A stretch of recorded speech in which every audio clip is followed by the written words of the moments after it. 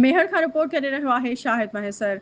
मेहर भरिसां ॻोठ ग़ुलाम नबी खोसो जो रहवासी पोरियत अब्दुल हमीद खोसो पंहिंजे पुट पसंद अली खोसो जे ज़ुल्म ऐं ज़्यादती ख़िलाफ़ संदसि जे पुट ऐं धीअरुनि वकार आमना मुमताज़ सरदार ऐं अली खोसो सां गॾु एहतजाज कंदे दाहियो त मुंहिंजो पुटु पसंद अली खोसो जेको ग़लति सोबत में अची नशो वापरणु लॻो आहे। हुन चयो त मुंहिंजे पुट ॿी शादी कई आहे ऐं हीउ पहिरीं घरवारी खे बि परेशान करे रहियो आहे।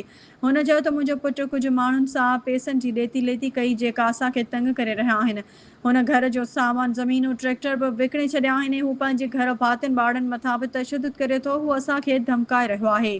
हुन चयो त पुट जी अहिड़ियुनि हरकतुनि असांखे इंतिहाई परेशान करे छॾियो आहे। हुन चयो त मुंहिंजे पुट सां असांखां बिना पुछण जे अगरि केर बि पैसनि जी ॾेती लेती या कर्ज़ु वग़ैरह ॾींदो त उनजो ज़िम्मेवार हू पाण रहंदो।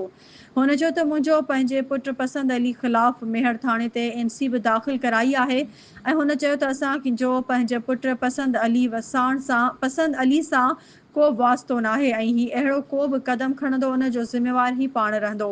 हुन चयो त ख़ुदा न शहर ऐं आसपास जे इलाइक़नि में हलंदड़ मंशियात बंदि करे नौजवान ज़िंदगी बचाई वञे।